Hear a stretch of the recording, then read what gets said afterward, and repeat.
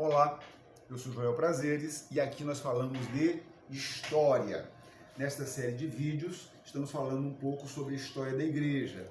Digo um pouco porque falar em 7 vídeos de 5 minutos sobre a história de 3 séculos da mais importante instituição de toda a história da humanidade, a esposa de Cristo, a noiva de Cristo e o corpo de Cristo, qualquer quantidade de tempo que se dedique é superficial, qualquer quantidade de tempo é insuficiente. Porém, a gente precisa dar algumas informações para poder seguir com o curso.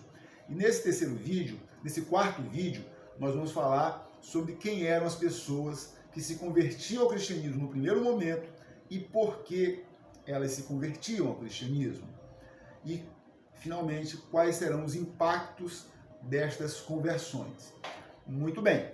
Você já deve ter visto algum vídeo, alguma reportagem, algum filme que mostra a forma como vivem os astros de Hollywood, os astros da NBA, os astros que jogam a Champions League na Europa, Champions League de futebol na Europa.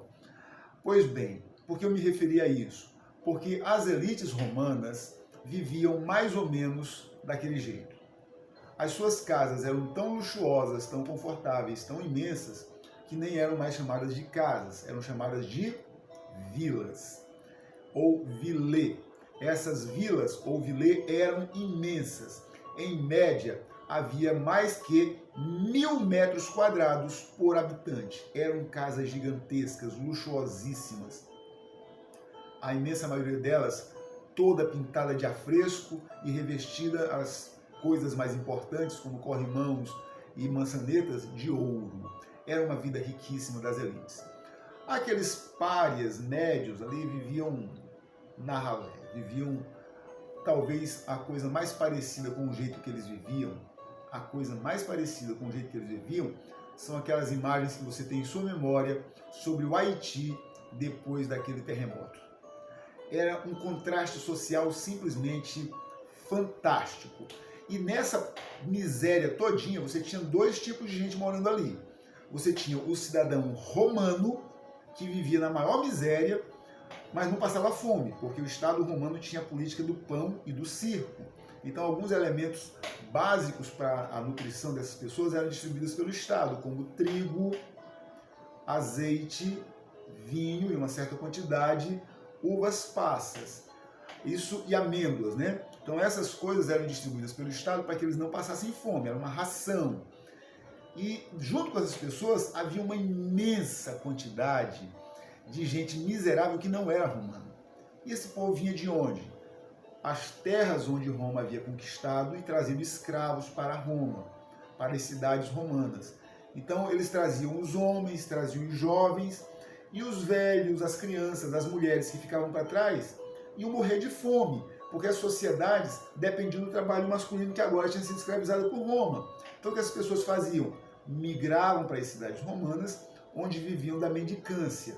E nessa mendicância que elas viviam, o pequeno deslize que cometessem, o pequeno delito em que elas fossem apanhadas, era motivo para levá-las à prisão e ao leilão no mercado de escravos. Então eles não eram escravos, mas eram escravizáveis e eram tratados como se fossem os ratos no esgoto da sociedade.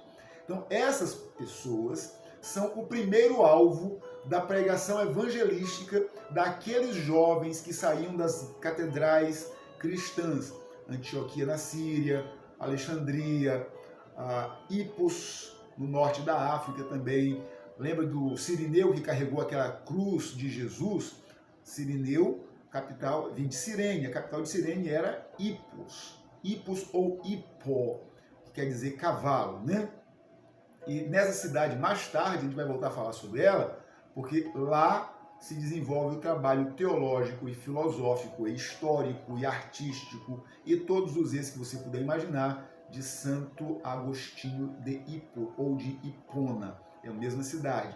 Então essas cidades mandavam muitos evangelistas pelo mundo, mais Calcedônia, mais Esmirna, mais Laodiceia, mais Corinto, eram poucas as igrejas daquele tempo. Então os jovens que saíam para pregar o evangelho, pregavam para essa massa de gente pobre e escravizável. E o evangelho era muito bem recebido por essas pessoas. Por que era muito bem recebido por essas pessoas? Primeiro, a maioria deles estava ali completamente perdido. Eles tinham desacreditado até dos seus próprios deuses. Por quê? Porque os romanos chegaram, venceram suas nações, venceram suas tribos e aldeias e trouxeram seus homens, seus jovens formosos, presos como escravos. Então isso é sinal de que seus deuses não tinham resposta para eles. Não te esquece, na antiguidade, os deuses estão ligados a vitórias. O teu Deus é tão grande quanto as vitórias materiais alcançadas.